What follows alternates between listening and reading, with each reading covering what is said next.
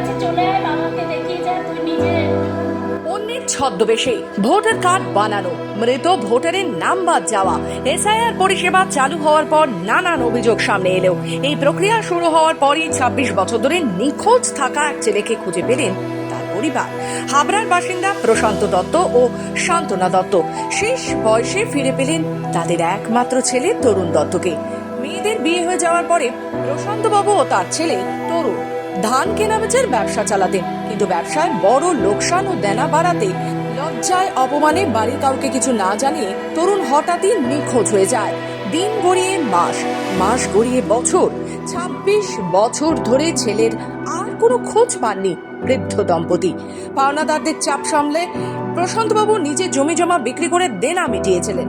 ছেলের খোঁজে থানায় নিখোঁজ ডায়েরিও করেছিলেন, কিন্তু তাতেও ফল আসেনি। তবে এবার এসআইআর শুরু হওয়ায় স্থানীয় বিএলও বাড়িতে এসে প্রশান্ত, শান্তনা ও তরুণের ফর্ম দিয়ে যান। প্রশান্তবাবু ৩ জনের ফর্মই পূরণ করে জমা দেন। এরপর গত ২৯ তারিখ হাবড়া ২৫৯ নম্বর বুথের বিএলও তপন ধর ফর্ম ম্যাপিং করতে গিয়ে দেখেন তরুণ দত্ত নামে একই ব্যক্তির নাম ইতিমধ্যে পশ্চিম মেদিনীপুরের এক এলাকায় ম্যাপে রয়েছে। বিষয়টি জানতে তপন বাবু সেখানকার বিএলওর সঙ্গে যোগাযোগ করলে জানা যায় তরুণ নিজেই সেখানে উপস্থিত হয়ে ফর্ম জমা দিয়েছিলেন।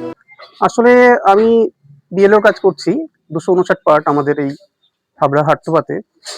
তো ভদ্রলোক যিনি প্রশান্ত দত্ত, ওনার ছেলে তরুণ দত্তের আহ, আমাকে ফর্মটা উনি ফিল আপ করে জমা দেন।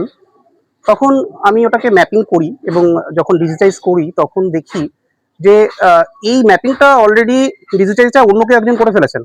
তখন আমি সমস্যার সম্মুখীন হই এবং সেই বিএলওকে ফোন করি। দেখলাম উনি পশ্চিম মেদিনীপুরের একজন বাসিন্দা, বিএলও রঘুবাবু। তো আমি ওনাকে বললাম যে আপনি তো আমারটা ম্যাপিং করে দিয়েছেন, তো এটা তো এখানে জমা পড়েছে ফর্মটা। তো উনি বলেন না না, ইলেক্টর আমার কাছে জমা দিয়ে গেছেন। তো আমি বললাম না, ওনার বাবা আমার কাছে জমা দিয়েছেন।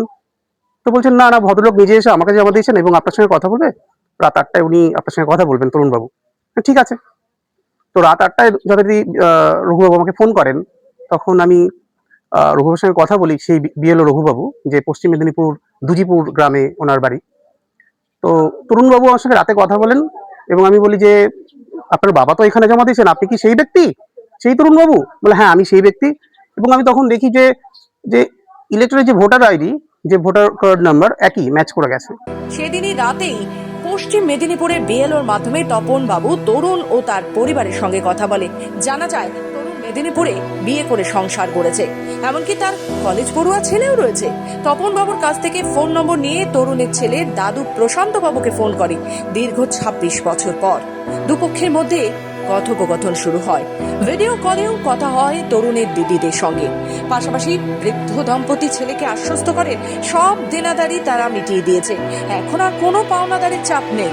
এই আশ্বাসেই বাড়ি ফিরতে রাজি হয়েছে তরুণ। এদিকে প্রশান্ত ও শান্তনা দত্ত জানিয়েছে এসআইআর না থাকলে শেষ বয়সে ছেলেকে আর ফিরে পেতেন না তারা। এখন মরেও কোনো আক্ষেপ থাকবে না জানালেন তারা। ১৯৯৯ সালে নিখোঁজ হয়ে যায় এবং দিন আদায় করে দিয়েছিল ব্যবসা করতে যেয়ে। মানে একটা প্রেস্টিজ, মান সম্মানের ব্যাপারে আর কি সে বাড়ির থেকে বেরিয়ে যায়, যে আসছি বলে আর কি। তারপরে আর আমরা কোনো খবর পাই না। তারপরে এই এসআইআরে যে ফর্মটা বা ওর ভোটারটা আমি নষ্ট করেছিলাম না, অটোতে রেখেছিলাম। তার ফলে বর্তমানে যে এসআইআরটা এসছে তাতে ওর ফর্ম ফিল আপ করে আমি দিয়েছিলাম জমা।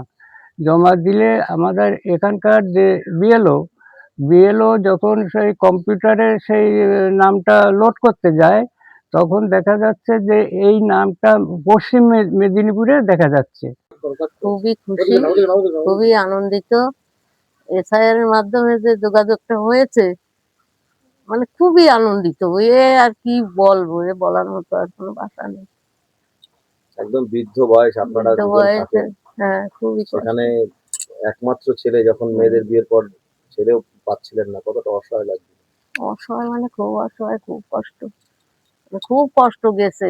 আর এখন দেখি ছেলের কথা মনে পড়তো? মনে পড়তো না, সব সময় মনে পড়তো। তবে ২৬ বছর ধরে যাকে মৃত ভেবে মানসিকভাবে প্রস্তুত হয়েছিলেন দম্পতি, সেই ছেলেকেই ফিরিয়ে দিল নির্বাচন কমিশনের নতুন ডিজিটাল পরিষেবা SIR। উত্তর ২৪ পরগনা থেকে সুদীপ দেবের রিপোর্ট, খবর বাংলা।